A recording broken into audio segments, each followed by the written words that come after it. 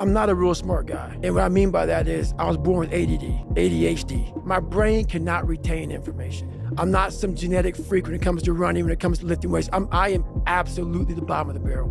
And people will never believe me. And they can just, whatever, believe what you want to believe. So when you ask me this question about what does studying look like for me, I have to go over the same page over and over and over and over again. While Jennifer can look at that page while she's, quizzing me, she'll learn it right then as she doesn't know anything about it. She will quiz herself or quiz me and learn it as she's quizzing me. It's the most frustrating thing in the world how my brain works. So what I do is I literally sit there with a pen and paper and I have my books and I go through and have to write everything down every single day. I will study the same page until it's photographic memory from writing the same thing down. And then from there, I'll go back through and relearn it again. So I'll learn the bulk of it, but then I'll go through and learn the small things within that. So if it's a medication, I'll learn what the medication does. I'll learn how to even say the medication, because these medications aren't like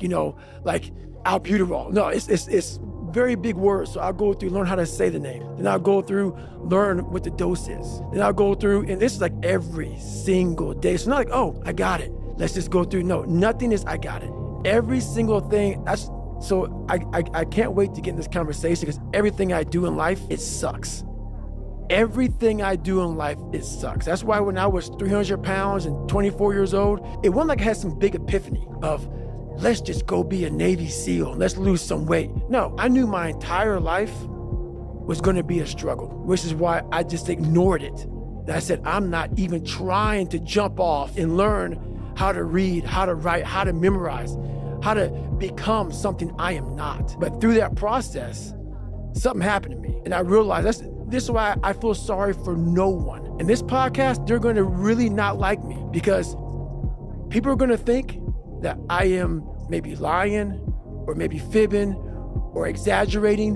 No, I was the lowest form on earth, no talent, no ability to learn, and I literally know what it is to be rock bottom and to build that up. So that question about learning is a pain in my and I don't have to do it. Just think about it. I'm 49 years old and I'm a multi-millionaire. I don't have to do anything. So all I thought about when I was growing up is, man, I can't wait to one day get to the point where I no longer have to do this stuff. But what happens, as I got older, it became a way of living. So how I do every day is how I do every day. It's a discipline, it's a regimen, it was a choice I made. And the choice I made was, what are you willing to sacrifice and what are you willing to give up to find every bit of who you are as a human being? And I was willing to give everything to do that. So studying is no joke. I'm waking up right now studying like I have a test tomorrow. I already passed the test.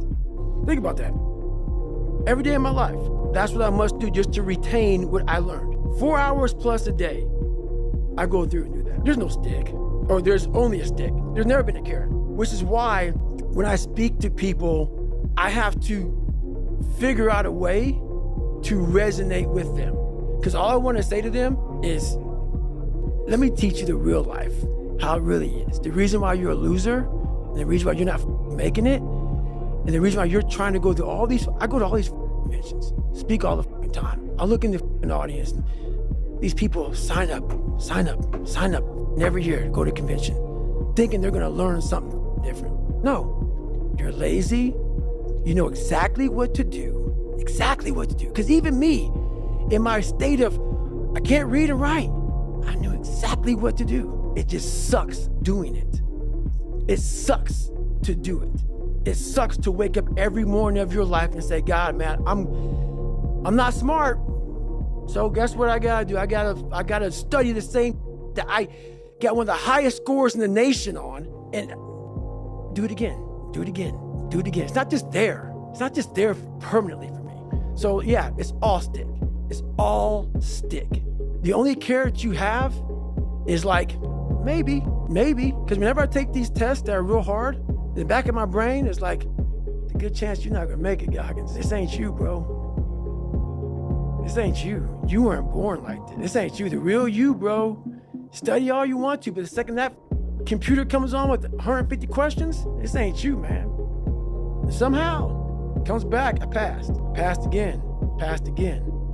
But that real me back here every time is saying, that ain't you, bro. That ain't you. And I have to outwork that voice. When I'm taking that test and I get to a question, I don't know the answer, I'm like, man, and then says, I told you, man, that ain't you. You're 300 pounds, man. You sit at home, you figure out how to do your hair. That's what you do. How to come to school with the reverse baldness when you're 16. That's you. So there is no get out of jail free card. This is why I say stay hard. Because when you weren't given the gifts, the only thing you can do in life is stay hard.